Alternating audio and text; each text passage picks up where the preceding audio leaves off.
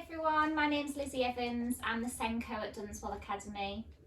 Hi everyone, I'm Sarah Baines. I'm a one-on-one teaching assistant. Hi, I'm Jenny Richards. I'm Edward Richards' mum, who attends Dunswell Academy and has been attending since reception. He's autistic, ADHD, has sensory processing difficulties, also has restricted food intake, which has resulted in a peg being fitted to help with fluids and medication, and just has a lot of issues going on really that really impact on his anxiety. I would say that's his main thing, is anxiety. So, as practitioners, what do you think helps to promote good communication with parents?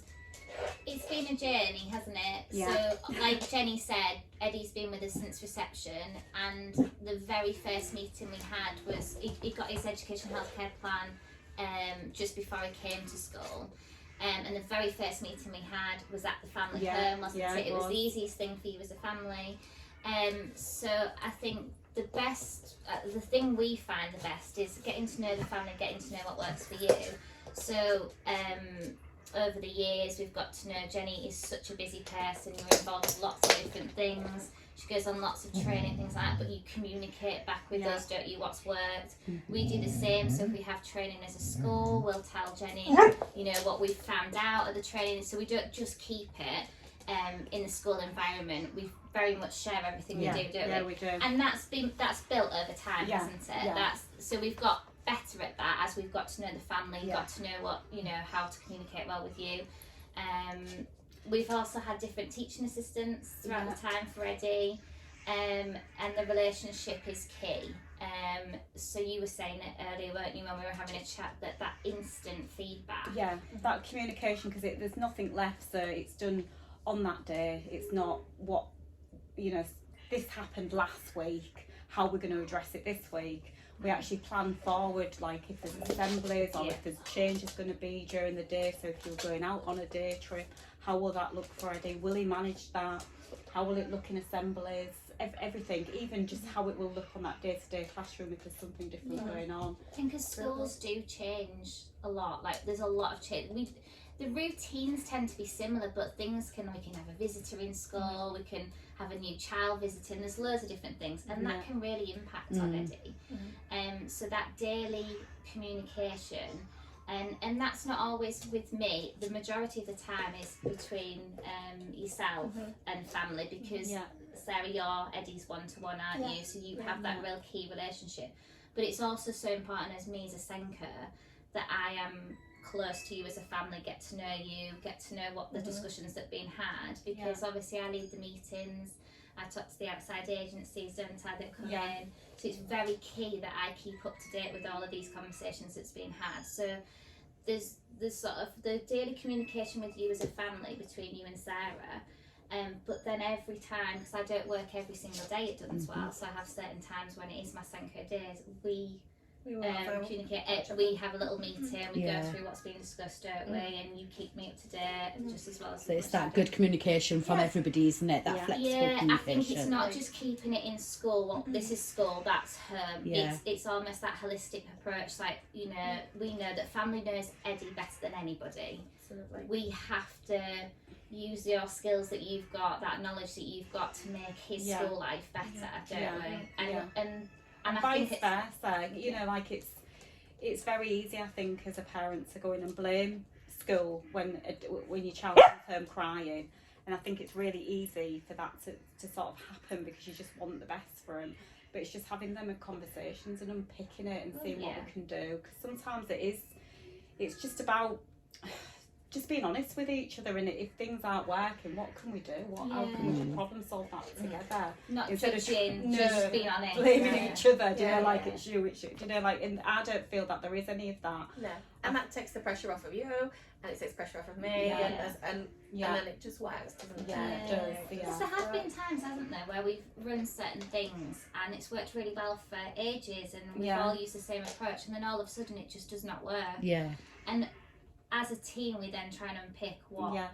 why, what's going on, or you know, sometimes we don't actually know why, so we'll try other things, Yeah. but it's doing it together. So it's that flexibility, isn't it? As opposed Yeah. to, right, it's not working now, but how can we look at it together Yeah. to change it and to make it Yeah. work better? The key for Eddie is consistency as well, isn't Yeah, it? definitely. So if we didn't communicate as well with you, and you didn't have that daily contact, the consistency wouldn't be there, would it? No, not at all. And that would heighten his anxiety. Yeah. Um, And then sudden changes. I mean, that sudden change, it just resulted. I mean, like in the early days when things wasn't, you know, going so well for Eddie at school in them sort of early transition stages. I mean, he basically would just lay down on the floor, wouldn't he? And he was just totally refusing. So he was a total sort of non-school attender, wasn't he? Yeah, no, Until we definitely. sort of developed that relationship to build upon that to get him to go to school. Yeah, we've accessed a lot of training together that we've gone to together as well. Yeah. Or if we've not, then you know because a lot of it recently has been online training, hasn't it? Then we'll discuss it after. And we've really changed our approach with Eddie, but that's only because we've been talking to you as a family. So we've developed this sort of bespoke curriculum that Eddie needs. Before we did that, his anxiety in school was just so heightened, wasn't it? Yeah. And like you say about dropping to the floor and things like that, it wasn't working. So together, home, school, we've looked at other ways, Yeah. along with outside agencies as well. Yeah. But to realise actually sometimes you need to think outside the box, and we all know Definitely. that not every child's the same. Yeah. And we've really had to change things for Eddie, haven't we? Yeah. So do you, leading on from that then, would you communicate the same way for every family? I mean, we try to, when we get to know a family, we find out what's the best way of communicating.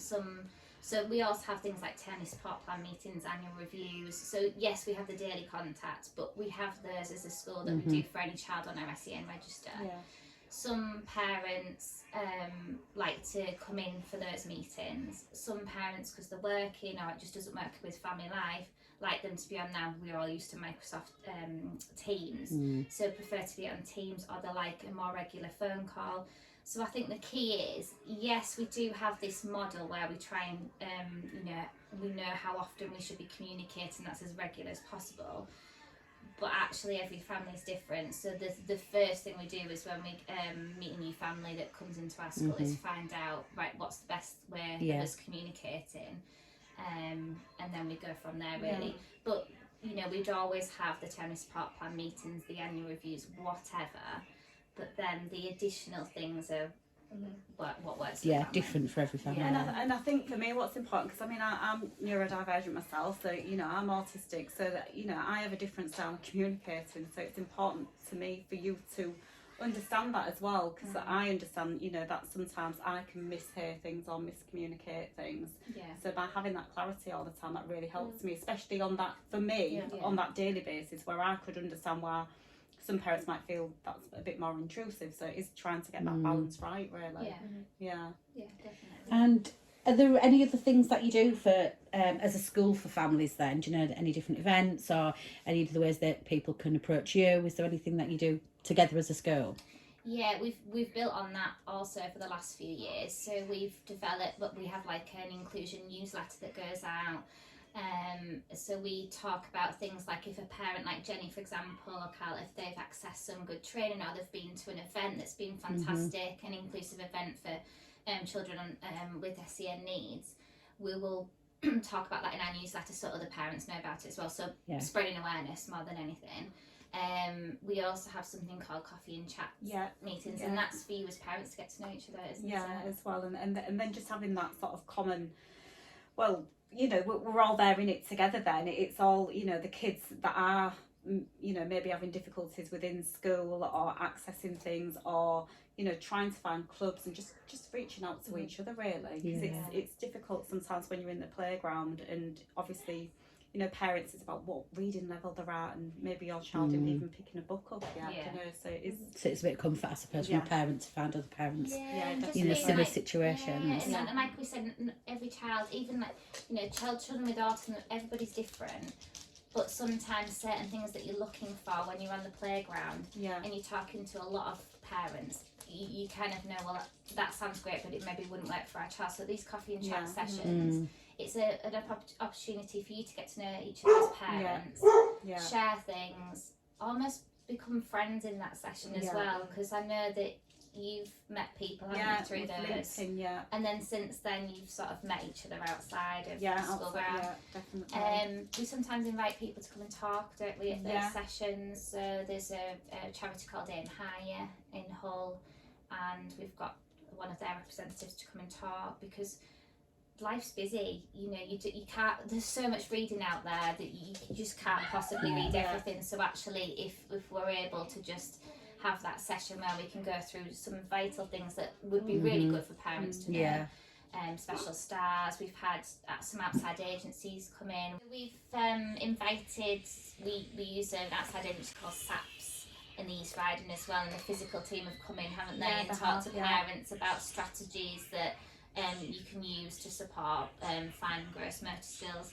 And then just a few examples really of what we might do in coffee and chat, but really the session is centred around parents feeling like they can talk with each other, they can talk to us. It's a very sort of laid back atmosphere, isn't it? And that they can just, And it's guided, isn't it? Like the people that are coming are guided by what the parents are needing as well. So, you know, so that's really helpful. And you've got lots of different knowledge, expertise, definitely.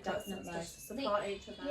The other thing actually that's been really lovely from that, as a result of doing the coffee and chat, when you and Sally set up the sensory room in Reedy's room, that was lovely, and that came it came from a discussion about how sensory rooms can really benefit children. And then at the coffee and chat, yourself and another parent has said we can show it, because some parents obviously maybe are not as aware of what the benefits are or what a sensory room's like. So then you set up one, and it was after school, so any parent could come and have a look at it, and you were both there talking about it, and that was just so lovely. And children were coming in, exploring it. And breaking down some myths, wasn't it, as well, about like autism, you know, ADHD, whatever people mentioned, and just breaking them down a bit so parents on the playground sort of understood. Because I think that's one nice thing, you know, that the children seem to really get Eddie, don't they? They don't seem to, you know, because obviously there is some flexibility in like what he wears at school, what's on his feet, and you know, none of that is challenged, so that's really good. And none of the parents, you know, have challenged it either. So that's brilliant. It's really nice. So can I ask Mrs. Baines, obviously Eddie is with you every day or most of the time, how has good communication supported your role? Massively, absolutely massive. I couldn't do my job without the wonderful Mrs. Richards, to be honest, and the lovely Mrs. Evans also. But going back to what we were saying at the beginning, the communication, you know, from day one, the support has just been absolutely massive, 110% all the time. You know, if there's any we went to Manchester, we did, we? And that was great. And getting to know Mrs. Richards out of school as well, I think, you know, sort of building, we've got to have that good rapport as well, you know, but that was a great conference that we went to, and forever, you know, you're always looking at sort of like things that could help me support Eddie, which is just absolutely the vital thing, you know, in my role at school. We have a lot of flexibility. There's no pressure when I come. I pick Eddie up in the morning and I bring him home on a night, and that works. That transition works. He knows that when I come, now it's time to go, whether that be to the Goxhill Meadows on the Monday and Friday, or to school, and then returning home on that night. And there's no pressure either in the morning. It's like, right, Mrs. Baines is here, we've got to go. There's no pressure, and again, that's been great from school as well. That I'm not, I need to be in for 9, or Eddie needs to be in for 9. It's, you know, that's all taken away, and I think that's a massive thing for me, but more importantly for Eddie and for yourself as well. And I think that approach has worked, because I think people would think that by giving Eddie the choice not to go into school, he'd always pick to stay home.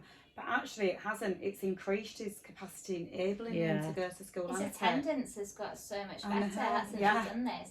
But even when you're coming into the home, it's starting then, the visual support is supporting, isn't it? And it's just making sure that that transition between home and school is done in the best possible way, isn't it? Absolutely. Well, it's fluid, isn't it? From what I'm like listening, it's fluid. So Mrs. Baines is present at home and at school and vice versa, as opposed to just Eddie needs to be at school at this time, and that's it. And it's a closed, you know, sort of transition. Yeah, Eddie's anxiety starts as soon as he like leaves the house. So actually, if you can, you're a big part of reducing Eddie's anxiety, aren't you? Massively.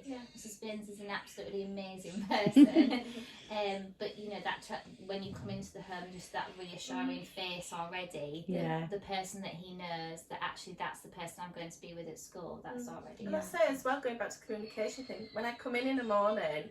He said Eddie's not had a particularly good night, or this has happened this morning, or I'm aware of things that could happen, or be triggers during that day. You know, rather than he's dropped off at school, I'll see you at 3:30, and not knowing. You know, so I feel like I'm in a really good area when I come in the morning. You know that, like so. And it's the same vice versa, isn't it? Like when you drop him off to me, that I hear. You know, there's no. You know, I'm not saying that you would cover anything, but everything is very open and honest. I know what his day. You know, if something's upset him, I hear about it, and that you know, the onus isn't on me trying to figure it out or what's wrong. You know, what's wrong with Eddie? What could be? You know, what could be the matter? And that really works really well. And I mean, I'm really appreciative of the relationship because I felt I think at one stage with Eddie really sort of just lost and didn't know what to do. And I never, ever in a million years did I think that it would be at a mainstream primary school still and thriving as well, you know, and his mental health is so much better. And he does get support from other outside agencies, but they're very, very limited, that support.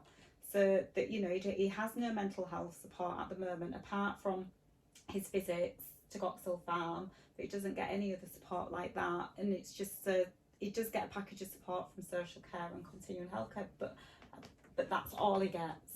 So it's he doesn't receive any specialist provision apart from what the school are inputting. And actually, we've said even when outside agencies do get involved, they don't see Eddie on a daily basis, and to really understand a child, you've got to be working with them daily and get to know. So actually, the relationship between school and home is vital because we're the people that work with Eddie and are the closest to Eddie, aren't we? So even though it's really useful to get that advice from outside agencies, and we need that, but they don't know Eddie, do they? No. It's the communication that's key. Definitely. Just having that trust there as well, and knowing that that you want to see the best for him as well. I can see that, I can feel that. You know, I can feel that you want what I want for him. You know, and I do feel it's that you do need that community approach with a child like Eddie to make him grow. You just as a just me and Carl, and mum and dad. There's no way that we could do that. It'd be impossible task for us. So, yeah.